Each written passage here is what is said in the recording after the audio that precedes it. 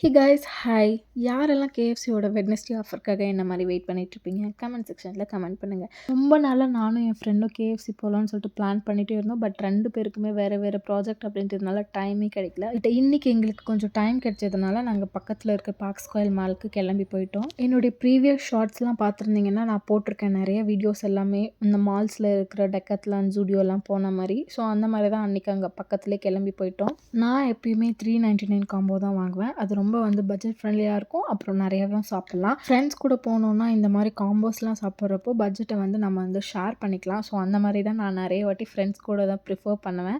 So that நம்மளுக்கு ரொம்ப ஈஸியாகவும் இருக்கும். ஸோ நீங்கள்லாம் யார் இந்த மாதிரி ஷேர் பண்ணி சாப்பிடுவீங்க அப்படின்னு சொல்லிட்டு கமெண்ட் செக்ஷனில் கமெண்ட் பண்ணுங்கள். ஆக்சுவலி இன்றைக்கி ரொம்ப பொறுமையாக ஜாலியாக என்ஜாய் பண்ணிவிட்டு ரொம்ப நேரம் பேசிட்டு நிறைய விஷயங்கள் பேசிட்டு சாப்பிட்டுட்டு இருந்தோம்.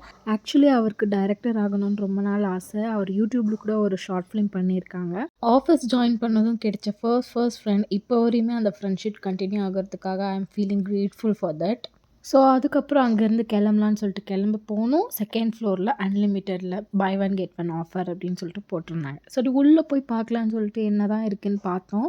அண்ட் டீல்ஸ் எனக்கு பெருசாக ஓகேவாக தோணலை. ஸோ சும்மா கலெக்ஷன்ஸ் மட்டும் பார்த்துருந்தேன். அப்போ இந்த ரெட் கலர் ஷர்ட் தூரத்துலேருந்து பார்க்குறப்போ சூப்பராக இருந்த மாதிரி இருந்தது. பட் கிளாத் நல்லாவே இல்லை. இந்த கலெக்ஷன்ஸ் எல்லாமே நான் ரொம்ப மந்த்ஸாக பார்த்துட்டு இருந்த கலெக்ஷன்ஸ் தான். ஸோ பெருசாக எதுவும் இல்லைன்னு சொல்லிட்டு கிளம்பி போயிட்டோம்.